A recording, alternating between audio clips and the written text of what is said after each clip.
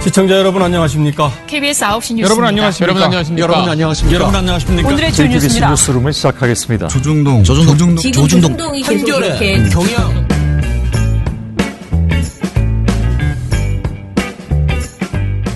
민원연의 미디어 탈곡기 528을 시작하겠습니다.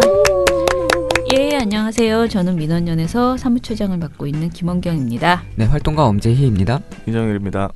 예, 항상 바쁘지만 요즘 유난히 더 바빠서 오늘도 녹음을 오전에 못하고 이제서야 이제 시작합니다. 오후에요. 네, 처정님 어제 시계 받아오셨잖아요. 아, 네. 그거 한번 자랑하셔야죠. 아, 자랑해야 됩니까? 자랑이 아닙니다. 한마디도 못하고 저희가 그 시민사회 간담회 대통령과 시민사회 간담회라고 해서 갔는데 저는 시민사회 단체 연대회의 소속 단체로 해서 이제 갔어요. 근데 시민사회 단체 연대회의에서는 8명 정도가 같이 가게 됐거든요. 그런데 이게 연대회의 차원에서 8명, 그다음에 또 인권단체 8명, 그러니까 다 다른 소속으로 지역단체 8명 뭐 이런 식으로 해서 테이블, 그러니까 그렇게 구성이 된 것 같아요. 그래서 보수단체도 있던데요? 네. 그래요? 보수단체에서도 네. 모셨다고 하더라고요. 그렇게 해서 한 8명씩 앉아서 한 8테이블이 있었던 것 같아.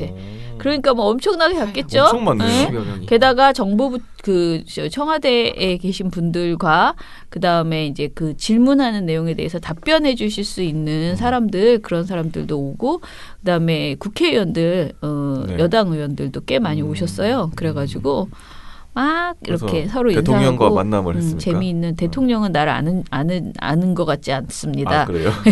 그래서 대통령하고는 별로 재미없었고요. 그 다른 분들하고는 막 인사도 하고 수다도 떨고, 저는 그 와중에 제가 지금 수건 사업으로 생각하고 있었던 몇 가지가 있는데 그런 것들을 이제 거기서 만난 다른 단체분들한테 부탁하고, 그런데 이제 미리 말할 사람들을 다 정해놨거든요. 주제별로 인권, 뭐 사법개혁, 경제개혁, 뭐 네. 이런 식으로 해서 다 정해놨는데 저희 언론 문제는 거기에서 제외가 됐어요. 아, 그래요? 예, 어쩌다 보니 다른 게 더 중요해가지고요. 언론 문제 8명 진짜 정도가 중요한데. 진짜로 말할 수 있었거든요. 근데 저희는 빠졌고요. 그런데 우리 시민사회단체 연대회의에서 2명이 얘기할 수 있었거든요. 근데 이제 제가 제 안건도 중요한데 뭐 이렇게 쭝얼쭝얼 했더니 그럼 자기가 얘기하겠다고 하시더니 정말 잘 소화를 해주셔서요.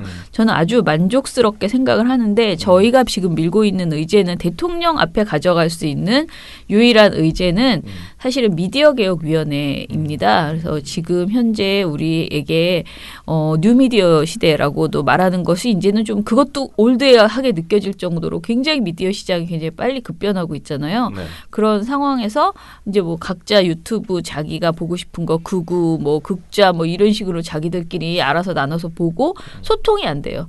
그래서 공영방송은 그러면 좀 좋아졌나? 공영방송이 좋아져도 보질 않아, 사람들이. 그러니까 지금 굉장히 우리 미디어가 한마디로 전 국민에게 제대로 된 어떤 공론회장을 만드는 미디어가 실종되고 있어요. 그래서 이런 여러 가지 문제들을 해결할 수 있는, 그러니까 해결이 뭐 가능한 게 있겠느냐라고 하지만 사실은 새로 나오는 미디어에게 공공의 의무와 책무를 쥐어줘야 돼요. 예를 들면 유튜브도 우리나라 게 아니라고 해서 자유롭게 뭐든지 계속 저렇게 할 수는 없는 거고요. 그렇죠. 뭔가 공공의 영역을 수행해라, 그런 것들을 이제 줘야 되는데, 그런 부분들에 대한 논의가 전반적으로 다 이루어질 수 있는 그런 미디어개혁위원회를 만들어서, 그거를 정부가 만약에 갑자기 느닷없이 요번에 가짜뉴스에 대한 대응한답시고 뭐 했잖아요. 그렇게 네. 뭐를 탁 하면은 그거는 뭐 표현의 자유 침해니 뭐니 막 이렇게 나오거든요. 그래서 독재라든지 뭐 네네. 그러잖아요. 그래서 그런 게 아니고 정말 아주 다양한 사람들이 모여서, 그리고 보수와 진보 다 같이 어우러져서 논의하는 어떤 공론장으로 미디어개혁위원회를 만들자. 그래서 거기에서 수기해서 한 2년 내에 앞으로의 미디어를 우리나라가 미디어 관련해서 어떤 정책을 펼쳐야 될지, 제도와 법과 기구와 정부 기구와 이런 모든 것을 한꺼번에 논의하는, 그러니까 하나하나 수술하는 게 아니고 이 사람 전체를 이 미디어 전체를 스캔해서 논의하는 그런 기구를 만들자라는 거예요. 그 기구를 대통령 직속의 경사노위 같은 그런 위원회를 만들자라는 네. 게 저희 제안이에요. 근데 이 제안을 말씀을 드려야 되는데 이 얘기를 제가 막 주저주저 막 썼을 거 아니에요. 그랬는데 그 경실련 그 사무총장님께서 어제 저녁에 그저께 저녁에 저에게 내가 소화해서 그러니까 제가 드린 글을 본인이 소화해서 내가 이렇게 말하려고 하는데 괜찮겠습니까? 라고 하셨는데 저는 굉장히 좋더라고요. 또 우리와는 다른 언어로 이렇게 말씀해 네. 주신 게 그래서 좋다고 그렇게 해달라고 했는데 어제 정말로 잘 해주셔서요. 저는 뭐 대통령 반응은 잘 모르겠는데 다른 사람들은 그 발언에 되게 공감하셨어요. 아, 이런 그러니까 설득됐구나. 네, 다른 사람들이. 그 경실련 분이 자기 경실련 관련된 의제 말하는 거 그 반 쓰시고 나머지 시간에 우리 거를 제 거를 해주신 거예요. 아이고. 고맙더라고요. 그래서 뭐 그게 모든 사람에게 발언 기회가 어차피 못 가는데 그렇게 제가 내 주제도 중요한데 했더니 그렇게 도와주셔서 좋았고요. 그래서 저는 그냥 맛있는 거 먹고 다른 사람들 얘기 구경하고 뭐 그러다 그냥 시계 하나 타가지고 왔어요. 어제 시계가 어. 저희 사무실에서 화제가 돼가지고. 네네, 다들 그냥 사진 구경하고. 한 장씩 찍고 뭐 그런. 제가 좋은데 쓰겠습니다. 좋은데. 지금 뭐 여러 가지 계획을 가지고 있는데요. 네. 저희 민원년에 예를 들어서 민원년 가을 캠프가 있는데 그 캠프회 때 최고 회원상으로 이야. 제공할까. 회원상으로. 네, 뭔가. 이 적힌 시계를 드린다고요? 네, 누구일지. 문제인지 인이시계라고 하죠. 인이시계. 저는 사실 시계를 안 차기 때문에 이야. 그거 별로 필요 없고요. 그러나 또 아무에게나 줄 수는 없습니다. 네, 그래서 저희 회원 중에서도 최고의 회원께 한번 드려볼까 이렇게 생각하고 있습니다. 어마어마하네. 네, 뭘 또 어마어마해. 가입 안 하신 여러분 빨리 하십시오. 네. 미디어 스크랩 하나 해보겠습니다. 이걸 보면서 좀 마음이 씁쓸했습니다. 경향신문에 무슨 일이 있었나 봐요. 몰랐어요. 경향신문 편집국장이 총체적인 책임이 저에게 있다라고 하는 말을 했다라는 제목의 보도예요. 미디어오늘 박사영 기자 보도인데요. 이기수 경향신문 편집국장이 지난달 21일 경제부의 대기업 일감 몰아주기 기획기사 무산을 비판하는 자사 기자들의 대자보와 관련해서 책임은 편집국 대표인 저에게 있다라는 입장을 냈다고 합니다. 일단은 이렇게 뭔가 나에게 있다 이렇게 말하는 건 괜찮은 것 같아요. 일단은 그죠?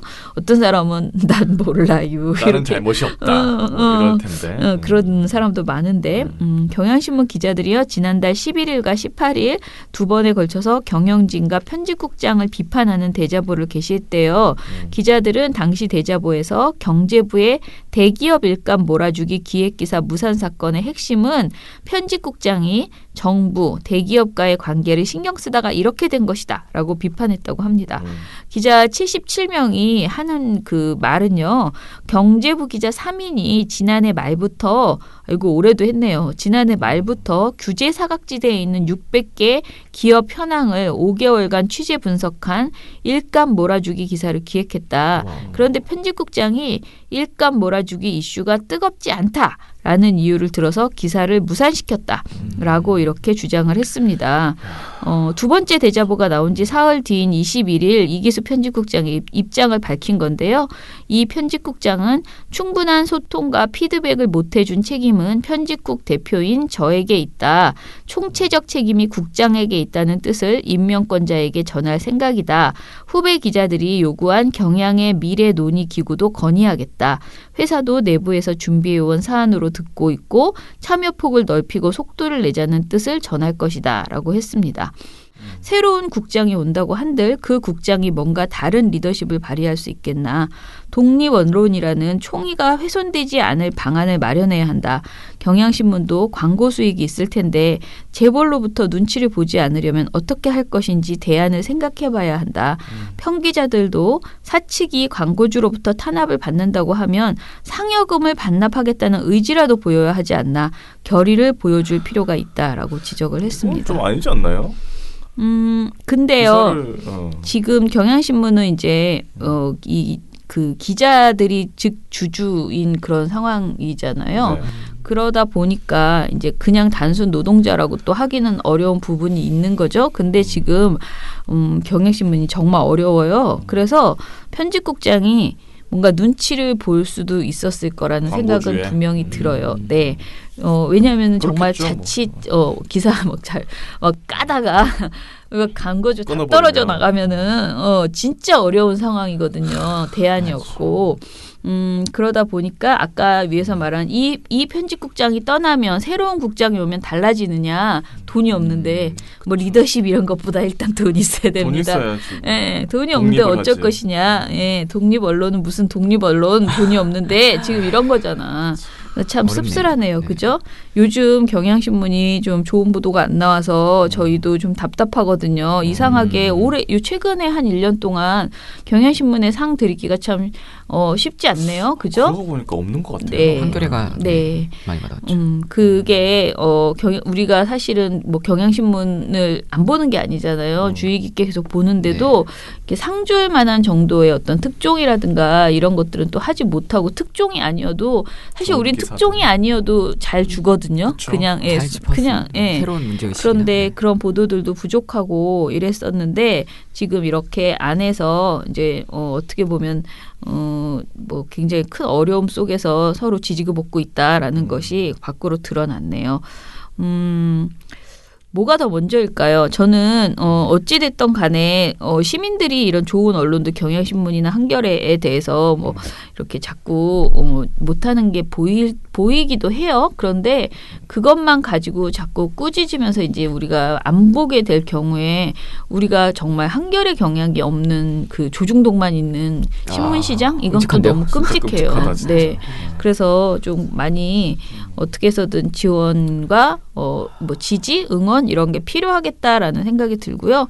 그리고 이 편집국장 문제는 그냥 단순히 이 편집국장을 내보내는 싸움이 아니라고 스스로도 인정하는 만큼 잘 해결이 되고 진짜 경향의 미래 뭐 이런 것들에 대해서 자기들 스스로 사실은 자구책이 제일 중요하죠. 뭐 월급을 뭐 어떻게 하든 근데 더 이상 줄일 것도 없을 것 같아. 되게 그러니까. 적다는 지금 소문이 자자하거든요. 그러니까 어찌됐든 살아남을 방책을 마련해서 조직을 좀 더 간결하게 하고 우리 옛날에 민원연에서 그런 거 많이 했습니다. 마른 수건 쥐어짜기 운동이라고 들어봤습니까? 아니 그런 식으로 말고 또 미래. 아니 근데 어쩔 수 없어요. 돈이 없을 때는요. 네. 그냥 실수하지 말고 사업을 줄이고 차근차근하게 아니 그게 뭐 이렇게 돈 놓고 돈 먹기라고 사업을 막 사람 많이 뽑고 사람 크게 벌려가지고 그러면 돈이 들어오겠지 이렇게 하는 것도 한계가 있더라고요. 그래서 아무튼 이 신문이 워낙 안 돼요. 어느 신문이든 다 안 되는 그렇죠. 지금 다안 상황이에요. 되죠. 예. 네. 그런 상황에서 무엇인가 대안을 마련해야지 되는 그런 그래서 여러 가지 것이죠. 자구책들을 지금 뭐 다른 신문들이랑 언론들이 다 찾고 있잖아요. 그러니까요. 여러 가지 미디어로 인터넷으로, 뭐 진출을 한다든지 유튜브로도 많이 진출하려고 하고. 뭐 여러 가지 방법을 한번 생각을 예, 생각을 하셔야지 반드시 해야 되는 그런 상황이라는 거죠. 지금 다 하고 있는데 네, 네.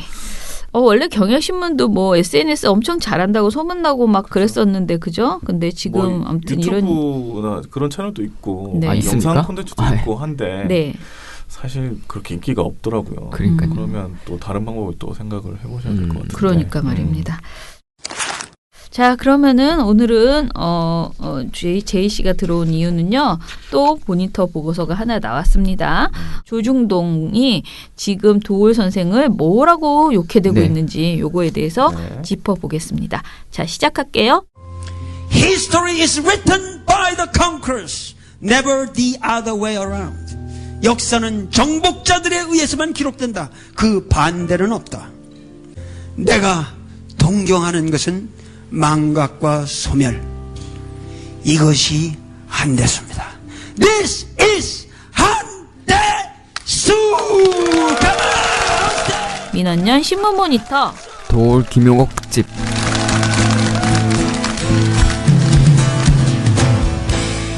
네.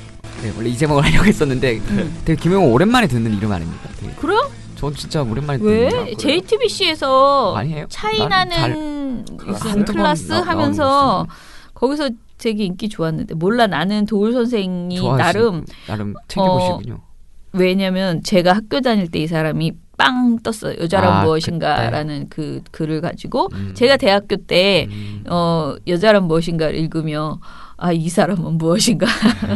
그때가 MBC에서 강의할 때였네. 아니 그때는 책만 냈었는데 예, 아유 강의는 한참 나중에 했어요. 근데 뭐 굉장히 석학이라며 뭐 하버드 어쩌고 뭐 막 이렇게 예, 막 써 있고 그래서 근데 막 그 여자란 무엇인가를 읽어보면요 거기에 그 성기에 대해서 그냥 직설적으로 말하라 이렇게 뭐 이거 나는 차마 말을 못하겠네 그 말을 하라라고 막 되어 있어요. 그래서 책에서 계속 그렇게 말이 나와서 아니 이 민망한 아저씨는 누군가 이렇게 생각을 하면서 처음에는 보다가 근데 도울 선생 하면 가장 많이 떠오르는 게 이승만을 비판하는 거예요. 그죠? 그 무슨 한강다리 끊고 도망갔다 뭐 이런 얘기 막 되게 재밌게 해가지고 그게 막 사람들한테 되게 어필했었던 적이 있거든요. 그래서 아 이분 세 가지 정도 키워드 이승만 비판하는 거, 그 다음에 중국 좋아하는 거, 중국 많이 중국 좋아해. 좋아해. 맞아. 중국 좋아하는 거 뭐 이런 거 많이 있죠. 그런데 그 중에서 자기 전공인 이 이승만 비판하기가 요번에 이제 좀 많이 나왔던 것 같아요. 네. 그죠? 네. 일단은 지금 비판하고 있는 프로그램이 무엇인지를 네. 얘기해 봅시다. KBS에서 하는 도울 아인 오방 간다라는 프로그램. 이게 이거든요. 유아인이야? 네, 유아인이랑 같이 이렇게 막 대담을 나누고 있는 이런 프로그램인데. 아이고 몰랐네요. 되게 되게 말이 많더라고. 아니, 뭐, 프로그램. 네. 좋은 호평도 받고 뭐 악평도 네네. 받고 그러고 있는 것 같습니다. 네. 하여튼 여기서 이제 도울 선생님께서 어떤 발언을 했냐면요. 네. 김일성과 이승만은 소련과 미국이 한반도를 분할 통치하기 위해 데려온 인물들, 일종의 꼭두가시, 괴뢰. 사실은 둘 다 미국과 소련이 여기를 분할 통치하기 위해서 데려온 자기들의 일종의 퍼핏 괴뢰예요. 괴뢰. 어떤 의미에서 자기 말 가장 잘 듣는 사람들이란 말이야. 자, 근데 사실 우린 잘 몰라. 그래가지고 뭐가 논란이고 뭐가 팩트가 안 맞는 건지 알 수가 없죠. 예, 그래서 사실 이 뭐라고 막 욕을 하니까 조중동이 아이 틀렸나 보다 이렇게 생각을 했어요. 뭐가 또 되게 많이 틀렸나 보다. 네. 내가 아는 건 몇 개밖에 없는데 이 중에서 저도 몇 개는 이거 당연히 나는 그렇게 생각해. 이승만이 국립묘지에 안장되어 있다는 점 어떻게 생각하느냐. 당연히 파내야 한다. 뭐 비슷하게 생각합니다. 파내는 것까지는 아니어도 뭐 꼭 아무리 초대 대통령이라고 꼭 그래야 되는가 뭐 이런 생각은 합니다. 그런데 김용욱 교수 강의에 문제가 있다라는 것이 뉴스톱 도올 김용옥의 이승만과 신탁 통치 강연 대부분 틀렸다라는 3월 28일 보도가 있었어요. 네. 근데 이 이명대 씨라는 분이 쓴 건데요. 이분이 역사 관련된 글을 많이 쓰신 분이더라고요. 역사 관련 팩트 체커예요. 그래서 이 사람이 주장을 했는데 이 기사에 따르면 이승만을 꼭두각시로 삼으려 미국이 의도적으로 데려왔다. 소련은 대일 전쟁에 숟가락만 얹었다 등의 주장은 사실이 아니다라고 했고요. 찬탁과 반탁 세력을 이분법적으로 규정한 것은 복잡한 한반도 정세를 단순화하고 일부를 악마화시키는 오류다라고 이 사람이 주장을 했습니다. 그리고 이 기자가 김용욱은 분명 대단한 석학이다. 하지만 아무리 위대한 학자 사상가라고 해도 정말로 모든 분야의 지식을 알고 있을 수는 없다. 지금 자신이 알고 있는 내용이 전부라고 생각하지 말고 자신이 아직 모르는 부분이 있을 수 있음을 고려하여 심사숙고하는 태도가 필요하지 않을까? 이렇게 결론을 냈습니다. 네. 그런데 요거 이제 자세히 읽어보면 제가 여기서 보고서에서 원래 이거보다 길게 쓰려고 했다가 다 그냥 줄여버렸는데요. 이걸 우리가 예를 들어 이승만을 꼭두각시로 삼으려 미국이 의도적으로 데려왔다. 이 부분에 대해서 우리도 최근에 그 조선일보 대일보를 읽으면서 이런 부분이 있었는데 이승만이 어떻게 한국에 들어오는가 미국이 준 그 비행기를 타고 들어오잖아요. 그러니까 이런 것들을 전반적으로 봤을 때 미국이 이제 이승만에게 예우를 해주고 한국에서 이제 어찌됐던 간에 정치적으로 자리 잡게 하는데 분명히 도움을 준 것은 사실이기 때문에 도울 선생은 그런 측면에서 이제 그렇게 얘기를 한 것 같다는 거예요. 그러나 실제로 미국에서는 이승만을 그렇게 앞잡이로 세울 생각이 전혀 없었다. 오히려 이승만이 부담스러운 존재라고 생각했고 이승만이 극우 성향을 가지고 있어서 불편해했다라는 등의 그런 이야기들을 지금 그에 대한 평가가 역사적 평가가 다르다는 거예요. 미국이 어떻게 이 사람을 대했는지에 대해서 마냥 좋아하는 사람은 아니었다라는 거예요. 그래서 꼭두각시로 삼으려 미국이 의도적으로 데려왔다. 요거는 그러니까 잘못된 해석이다라는 그런 주장을 하더라고요. 이 이명대 씨는. 그리고 찬탁과 반탁에 대해서는 더더욱이 그때 이제 정치 상황들을 좀 더 이렇게 단순하게 말해서는 안 됐다라는 것이고요. 우리가 또 많이 알고 있는 동아일보의 오보 있었잖아요. 그쵸. 그 찬탁에 대한 그렇죠. 네네 그런 것들 때문에 그때 분위기가 더 이렇게 된 것이다. 이런 정황들을 좀 너무 생략해버리는 바람에 발생한 오류들이 많았다라는 이야기를 했습니다. 네. 아무튼 김영욱 교수가 사실이 아닌 주장을 했다면 언론이 이렇게 뉴스톱처럼 이렇게 지적해도 됩니다. 해야지 마땅하죠. 그러니까 아까 말한 이승만 을 미국이 꼭두각시로 데려온 것이냐, 그냥 예우한 것이냐, 어떻게 평가했느냐, 이거는 또 다양한 점을 보면서 이제 서로 의견 나눌 수가 있어요. 저는 김영욱 교수 같이 말하는 분들의 이야기 많이 들었어요. 그러니까 미국이 이승만을 그렇게 보호하고 비호해서 그렇게 됐다라는 이야기들. 저도 그렇게 알고 그쵸. 있습니다. 네. 그러니까 꼭 이게 틀리다라고 말하는 것도 사실 이명대 씨의 말이 정답이 저는 아니라고 생각해서 얼마든지 논쟁을 펼칠 필요가 있다. 언론이 오히려 이런 걸 가지고 막 논쟁을 펼치면 저는 신난다 생각해요. 왜냐하면 이런 얘기를 통해서 결국은 근현대사에 대해서 사람들이 알게 되고 그렇죠. 그리고 친일이나 또는 반민특위나 이런 모든 것들에 대한 이야기가 나올 수밖에 없어요. 그래서 옛날 얘기하는 거 좋다. 싸워라. 이렇게 생각하고 언론이 뭐든지 화제로 만들어서 그쵸. 김영욱 교수가 잘못하면 막 잘못했다. 지적하면서 근데 그렇게 하면서 이제 사료도 나오고 그렇죠. 뭘 잘못했는지 팩트 체크가 지적해주고. 되잖아요. 네네. 그래서 참 좋네 이렇게 생각했어요. 그래서 조중동이 그런 비판해도 괜찮아라고 그렇죠. 생각을 했어요. 그런데 문제는 조중동이 아무런 근거도 제시하지 않으면서 그냥 편향적이라는 소리만 하고 있다는 거죠. 예, 그래서 여기서부터 이제 문제입니다. 네. 그래서 우리가 이제 조중동이 뭐라고 떠들어대는지에 대해서 얘기를 좀 들어봅시다. 네, 일단은 보도가 굉장히 많습니다. 이게 그 발언의 그 크기에 비해서. 네. 그래서 3월 20일부터 3월 27일까지 동아조선중앙에서 총 11건의 기사가 나왔어요. 네. 그래서 6건의 기사와 5건의 칼럼을 써가지고 이 김영욱 교수의 발언을 약간 비판이라고 하는 게 좀 그렇고 비난을 했는데요. 네. 대표적인 기사를 몇 개만 소개해드릴게요. 네. 네.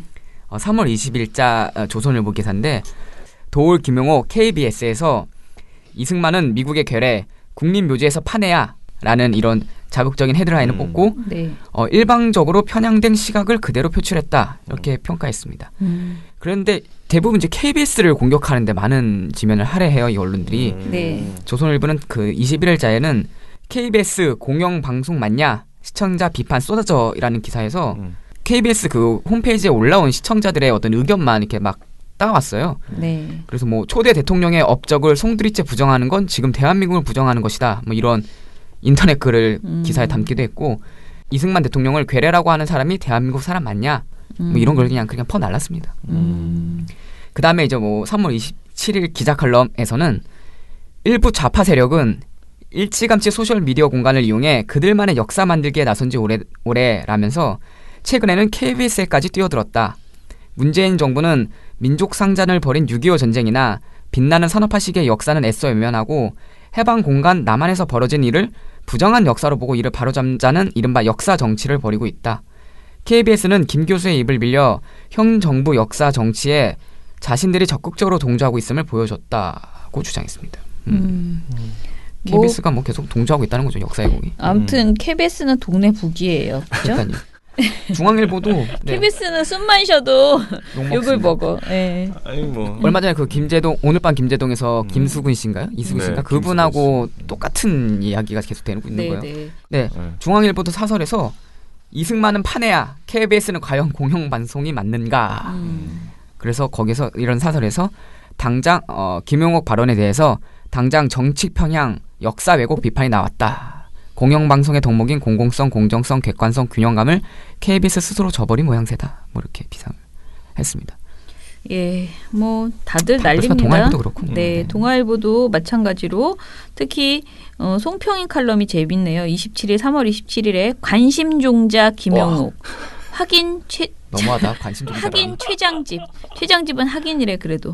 자, 이 김용욱 교수와 최장집 교수를 비교하면서 김 씨는 TV에 나와 논어, 금강경, 요한복음 등 이미 신성의 지위는 고사하고 우상의 지위마저 상실한 경전들에 대해서 우상 파괴적 비판을 가하며 불필요한 가학에 빠져들었다. 현대사를 언급하는 학자라면 왜 이승만의 한국은 성공국가가 되고 김일성의 북한은 실패국가가 됐는지 우선 해명해야 한다라고 김용욱 교수에게 비판에 초점을 맞췄습니다. 아니 김용욱 교수가 그런 것까지 해야 돼? 북한은 왜 실패했고 이승만의 한국은 왜 성공이 됐는지 지금 역사적으로 오히려 역사적으로 분명히 이제 지적되는 이승만의 문제 이거는 그냥 온 국민이 인정하고 그 당시에 인정해서 내쫓은 거잖아요. 진짜 하야시키고 그런 걸 가지고 뭘 어쩌라고 진짜 짜증나 진짜 그런 주장을 했습니다. 조선일보가 유일하게 근거를 제시한 것도 딱 하나 있다는데요. 그러니까 아까 제가 말한 우리가 여태까지 말한 조중동의 모든 보도가 엄청나게 김용욱 교수를 비판하지만은 김용욱 교수가 뭘 잘못했는지에 대해서 딱 반론을 하는 게 아니고 그냥 역사 왜곡이라고 주장한다거나 아니면은 너 정말 너무하는 거 아니야? 어째 이렇게 싸가지가 없어? 뭐 이런 식의 주장인 거예요. 네. 그렇지 싸가지가 없어. 네, 너 그거야, 어떻게 이렇게 맞아. 싸가지가 없어? 이렇게 아우 뺀질뺀질해 막 이런 어떻게 우리 국부를 그러니까 그런 거예요. 근데 무슨 국부야? 그때 쫓겨났구만. 참 한국에서 도저히 살 수 없는 그런 수준에 이제 이르러가지고 그렇죠. 비행기 태워가지고 보낸 거잖아요. 한국에다가는 어떻게 될까봐. 그런 정도로 그리고 실제로 그때 부통령 자살하고 뭐 그랬지 않습니까? 그런 상황이었다는 거를 이게 역사를 몰라서 하는 짓이야. 내가 보기엔 그쪽 사람들이 그렇죠. 오히려. 예. 아니 아는데. 그런 거예요? 그쵸. 알면서 모르는 척하는 알지만 건가요? 우린 모른 척한다. 자, 그런데 이제 유일하게 근거를 제시하면서 비판한 것이 하나 있었다는 건데요. 오. 네, 이게 조선일보입니다. 요걸 좀 얘기해 주세요. 21일자 기사인데 제목이 이승만이 괴뢰? 도올의 역사 정치는 위험하다라는 기사였습니다. 네. 근데 이 기사를 인터뷰한 사람이 그 연세대 김명섭 교수예요. 그러니까 이 사람이 이제 이 사람이 인터뷰 내용을 담은 건데 네. 이 사람이 어떤 사람이냐면 박근혜 정부 시절에 국정교과서 현대사 지필진으로 합류했다가 여론의 못매를 맞고 그랬던 사람입니다. 아, 박근혜 국정교과서? 박근혜 정권 때 국정교과서 만들려고 했던 사람인 거죠. 네네. 네. 그러니까 2016년에 조선일보도 이 문안을 약간 좀 안 좋게 썼나? 아 진짜. 비판적으로. 그러니까 좀 어떻게 썼냐면 네. 기사 제목이 최순실 교과서 5명 썼던 국정교과서 공개 후 농젠들이라는 기사에서 근현대사 지필진의 보수적 이념 편향 탓에 논란이 일고 있다. 근현대사 지필진 11명 중 4명이 뉴라이트 계열로 알려진 한국현대사학회 소속이다. 김명섭 연세대 정치외교학교 교수 등이다. 이렇게 얘기를 했습니다.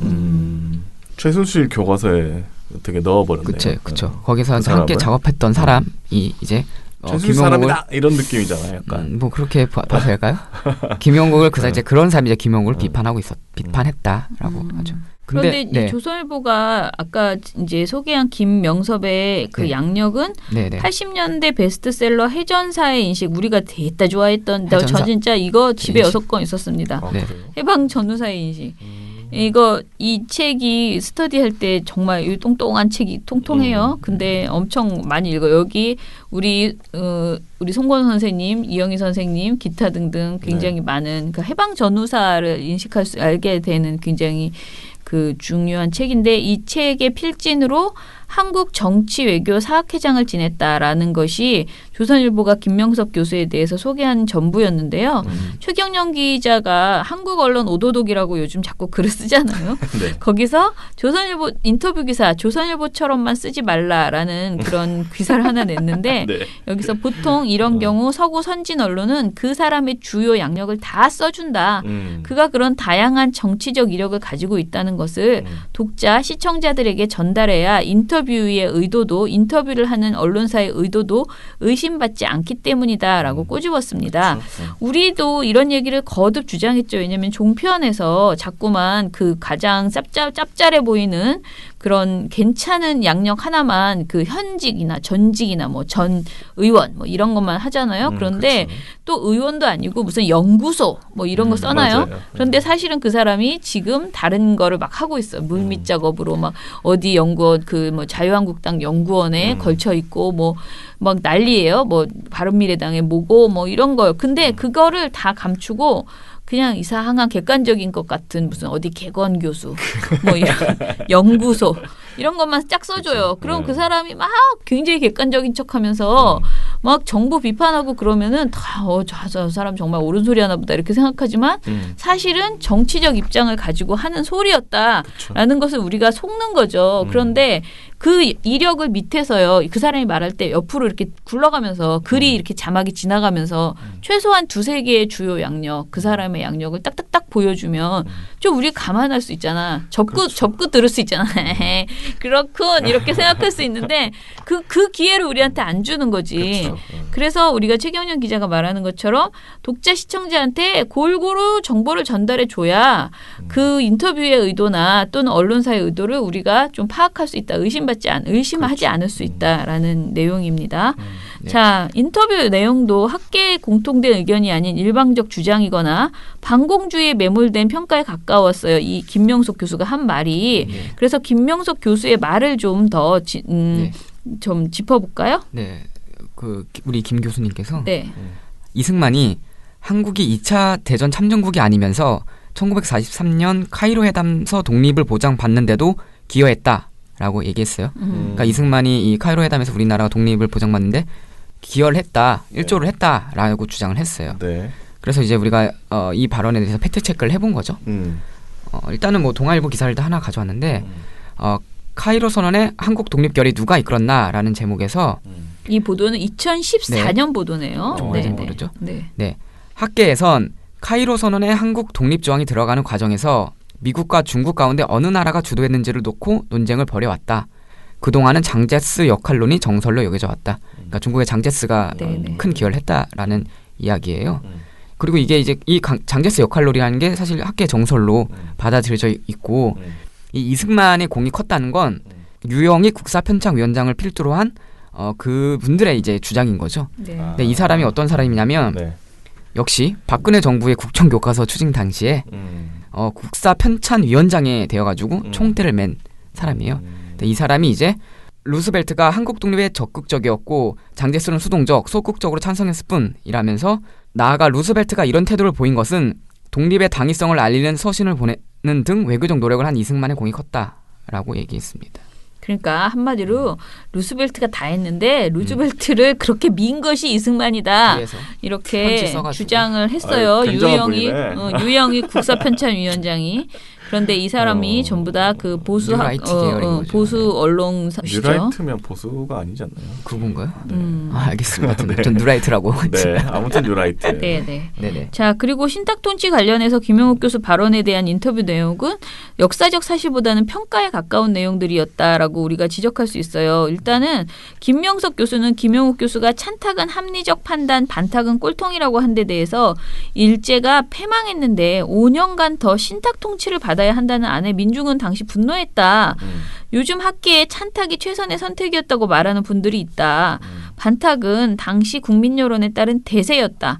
만약 좌우 모두 찬탁했다면 탁지국 중 하나로 거론되던 중국의 공산화 이후 한반도 전체가 공산화됐을 것이다 라고 이 사람은 김명섭은 주장했어요. 그런데 저는 반대로 자기가 주장하는 것처럼 이 김명섭이 주장하는 것처럼 만약에 우리가 찬탁을 했다면은 중국 때문에 공산화됐을 것이다 라고 주장하는 것도 오바다라고 생각을 하거든요. 말이 안 되는 것 같은데. 네, 모두 가정이에요. 모두.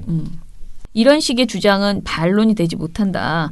그리고 신탁통치 문제의 핵심은 그 많은 언론들이 이제 지적하는 1945년 12월 모스크바 3상회의 미국 소련 간 입장 차이를 동아일보가 정반대로 전한 일명 신탁통치 오보 사건. 이 사건 때문에 좌우 대립이 격화되어서 애초부터 신탁통치안을 주장했던 미국과 이승만, 김구 등의 우파 정치인들이 반사 이익을 얻었었다라는 점을 우리가 알아야 된다. 뭐 이런 얘기들을 지금 하고 있고요. 만약 동아일보의 오보가 없었다면 그 없는 상태였다면 그런 상태에서 반탁 운동이 일어났다면 미국의 입지가 떨어져서 한반도는 더 빨리 공산화되었을 수도 있다. 그렇게 볼 수도 있다라는 거예요. 당시 동아일보 사장이었던 송진우가 자신은 반탁 입장이었음에도 다른 반탁 운동 지도자들을 설득하려다가 암살당한 것을 보더라도 그렇다라고 우리가 볼 수 있습니다. 김용욱 교수가 찬탁이 합리적 판단이라고 한 것은 이런 맥락에서 보아야 한다라고 이렇게 생각이 들어요. 그런데 이제 여기서 김명석 교수는 계속 반대로 이제 얘기를 하는 거죠. 자, 조금 더 볼게요. 김용욱 교수가 그 소련 한반도를 분할 점령할 생각이 전혀 없었고 한국을 빨리 독립시키는 게 좋다고 했다고 한 것에 대해서 어떻게 반론했냐면은 스탈린이 통일이나 독립을 원했다면 그것은 동유럽처럼 공산화된 통일이나 독일이었을 뿐이다. 그러니 독립을 해줘도 소용이 없다. 통일을 시켰어도 소용이 없다. 그거는 그냥 사실상 독립이지만 그러니까 공산화된 자기 밑에 있는 그런 나라로 만들려고 했을 것이다. 라고 이제 주장하는 거죠. 이것도 역시 단순한 평가에 불과하다라고 할 수 있어요. 왜냐하면 어쨌든 소련이 즉시 독립 입장이었던 것은 그때 당시에 사실이었고요. 그렇죠. 김명석 교수의 말대로 소련은 한반도가 즉시 독립하는 것이 한반도 공산화에 유리하다는 계산 때문에 그런 즉시 독립을 주장한 것인 건 맞는 것 같지만 그렇다고 해서 김용욱 교수의 발언이 사실이 아니게 되는 것이 아니다. 김명석 교수는 인터뷰 말미에 사실보다 자신이 믿고 싶어하는 진실을 앞세우는 역사관이 문제다라고 얘기했는데 이것은 제가 보기에는 본인의 말을 지금 하는 것이 아닌가 이런 생각이 스스로 자기한테 하는 말이죠. 네네 이런 생각이 듭니다. 자 그러면은 이제 마지막으로 김용욱 교수의 발언을 조금 더 정리를 하는데요. 사실 김용욱 교수가 이승만을 그닥 나쁘게만 평가한 것도 아니라고 합니다. 전 방송을 다 안 봤는데 그렇다고 합니다. 그래서 뭐 김용욱 교수가 약간 이상한 말, 약간 과격한 발언을 많이 했긴 했지만 전체적인 맥락으로 보면 막 이념적으로 편향된 주장을 했다고 보기는 어려워요. 왜냐하면 이런 얘기도 하거든요. 방송에서 공산당 일당 독재는 왕정의 형태와 유사하다 이러면서 이제 이 공산당을 비판하기도 했고 네. 그다음에 이승만에 대해 가지고 이승만의 라디오 방송을 이불 속에 몰래 들은 당시 이승만에 대한 민중의 감동은 엄청난 것이었다. 이승만은 천재이고 능력 있는 사람 이렇게 얘기를 했습니다. 근데 사실 이것도 뭐 받았을 만한 거 아닙니까? 그러면 김용욱 이승만 천재라고 해 막 이렇게 얘기도 했고 또 아까 그 문제의 그 판해야 한다라는 발언에 대해서 유한 씨가 이제 되게 멋있게 되게 이렇게 얘기를 반론을 하는데요. 이승만은 정상국가로서 나아가는 길목에서 처음 대통령 된 사람인데 그를 이해할 수 있는 방법은 없을까요? 파낸다는 것은 저로서 좀 이렇게 얘기를 해가지고 도울 선생님께서 유한 씨가 생각이 심오하다 라면서 이승만의 청년 시절을 보면 상당히 훌륭한 사람이다. 배제학당에서 훈육을 받으면서 각성되어 가고 엄청나게 데모를 하고 감옥 생활도 하면서 기독교 신앙을 가지고 투쟁했던 아름다운 젊은 시절도 있었다. 라고 평가하기도 했습니다.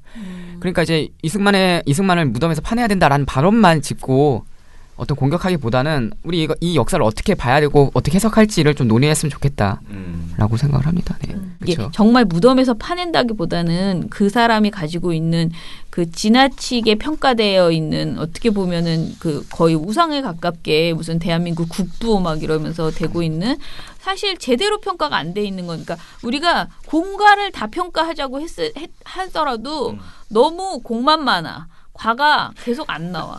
아니 과가 많은데. 과가 훨씬 많거든요. 그런데 많다고 배웠거든요. 신기하게 아니 우리 지금 그 배웠죠. 우린 그렇게 배웠죠. 그렇게 배웠다고 생각하잖아요. 그런데 세상에 딱 나와 보면 학교에서 배우는 거랑 또 다르게요. 그렇죠.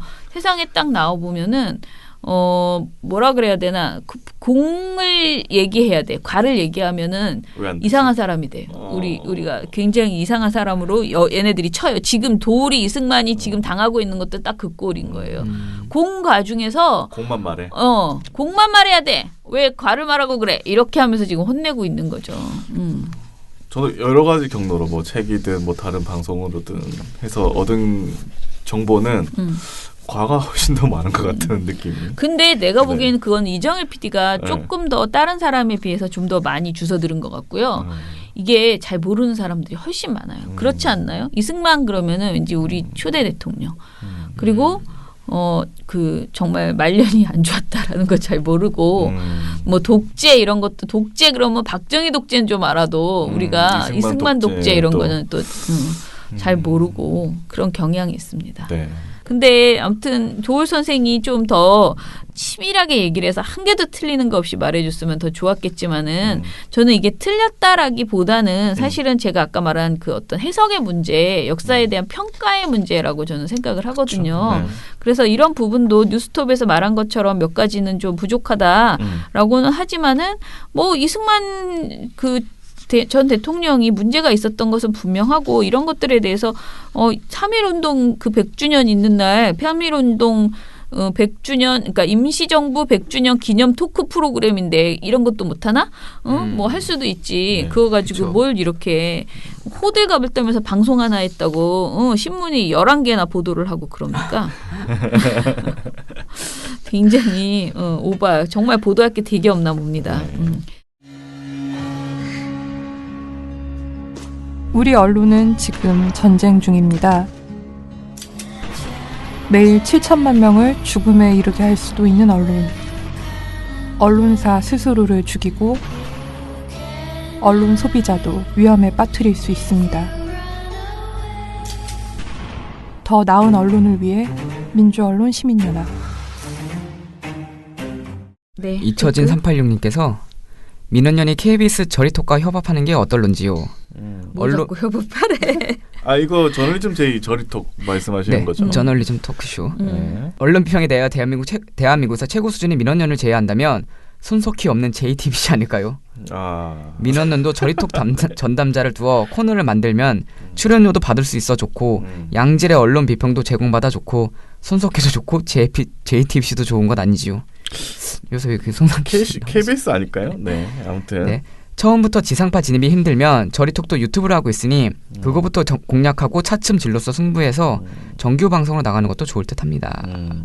참고로 김원경 차장님과 BW를 저리톡 담당자로 추천합니다. 이게 좋습니다. 아니 근데 저리톡을 어쩌라는 거예요? 저리톡 그 출연했으면 유튜브? 좋겠다는 것 같아요. 네. 네. 이처진 386님 또 하나 주셨는데 대통령 국정 지지도에 대한 리서치 관계자들의 평가를 보며 한마디 합니다. 우선 대통령에 대한 지지도가 아니라는 것과 그때그때 이슈를 예로 들며 주로 하락 요인을 말합니다. 그런데 말입니다. 국정 지지도 하락 요인 중 가장 큰 것은 언론들의 의도적인 현 정부를 부정적으로 보도한다는 것을 말하지 않습니다. 그러면서 하락 요인도 아닌 사소한 이유를 하락 요인이라고 소개하는 걸 보면 어이가 없습니다. 여론조사 업체들의 자위적인 평가도 시간 되시면 비평해 주십시오. 이를 더 드린 것 같아 죄송합니다. 라고 하셨습니다. 네. 그런데 사실 저는 이 여론조사 보도는 참 이게 너무 늘 귀에 걸면 귀걸이. 저기 그쵸, 김어준 시간에도 맨날 여론조사 가지고 나와가지고 하잖아요. 이것 때문이다 저것 때문이다 뭐 막 이렇게 하는데 그게 어떤 때들은 다 그럴싸해 보이고 또 어떤 때들은 다 아닌 것 같고 막 왔다 갔다. 맞아요. 근데 나름 여론조사는 과학적이라고 하니까요. 약간 보수적인 편찬이 있죠. 어떤 여론조사냐에 따라서 기관에 따라서 질문지에 따라서 우리가 그거는 계속 감시를 해야 되지만 나름 그 수치 우리가 지금 선거 때도 그렇고 여론조사 잘 맞아요 요즘. 그래서 이런 부분들에 대해서 그 기준 안에 여론조사 보도의 틀 안에서 잘 하면 우리도 참고해서 그냥 이게 지금 내 의견과 다르더라도 심지어 박근혜 지지율이 50%가 나올 때도 이게 사실인갑다 이렇게 받아들이면서 또 우리는 우리대로의 어떤 노력을 기울이는 수밖에 없지 않느냐 저는 자꾸 그런 생각이 듭니다. 그래서 뭐 심각하게 틀린 데가 있으면 결과를 보고 나서 저 이상해 이렇게 그렇죠. 하시면 그렇게 될 것 합니다. 같아요. 네. 자, 또 이제 미런곤탱님께서 안녕하세요 미런곤탱입니다. 오늘은 조금 슬픈 이야기를 하려고 해요. 제가 이번 주 토요일 중요한 시험이 있어서 그래서 더블되는 민원연 공채도 못 넣었네요. 민원연 공채를 버리고 어디를 가신단 말입니까? 얼마나 중요하시지? 당분간은 미탈 후기를 못 쓸 것 같아서 잠시 인사드리려고 올렸어요. 당분간 제 댓글이 없어도 청취자분들 댓글 많이 달아주세요. 댓글은 민원연 식구들에게 힘이 됩니다.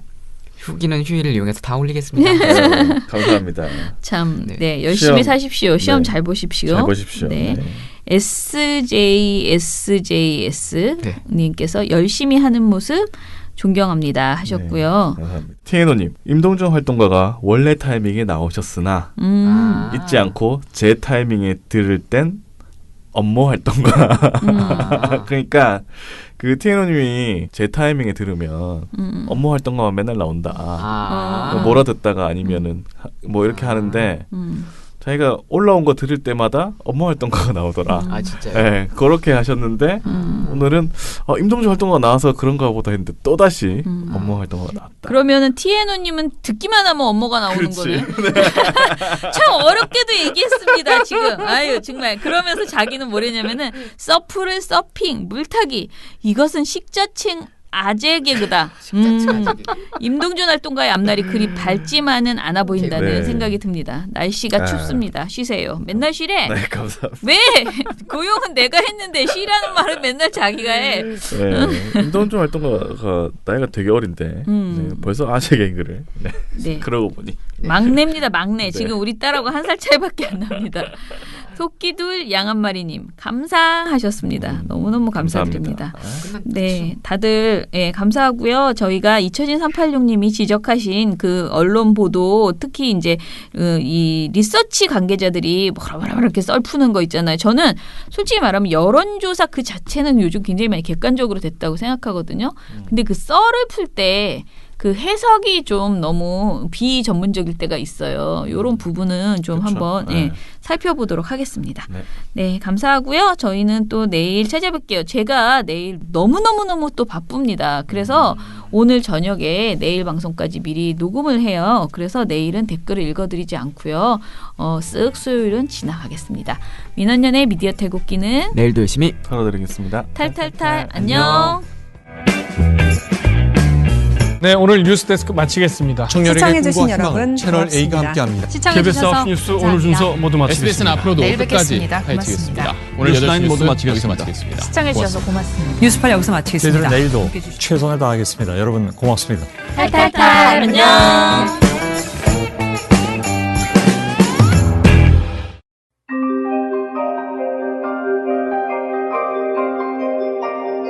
옛날에 가입했어야 했다.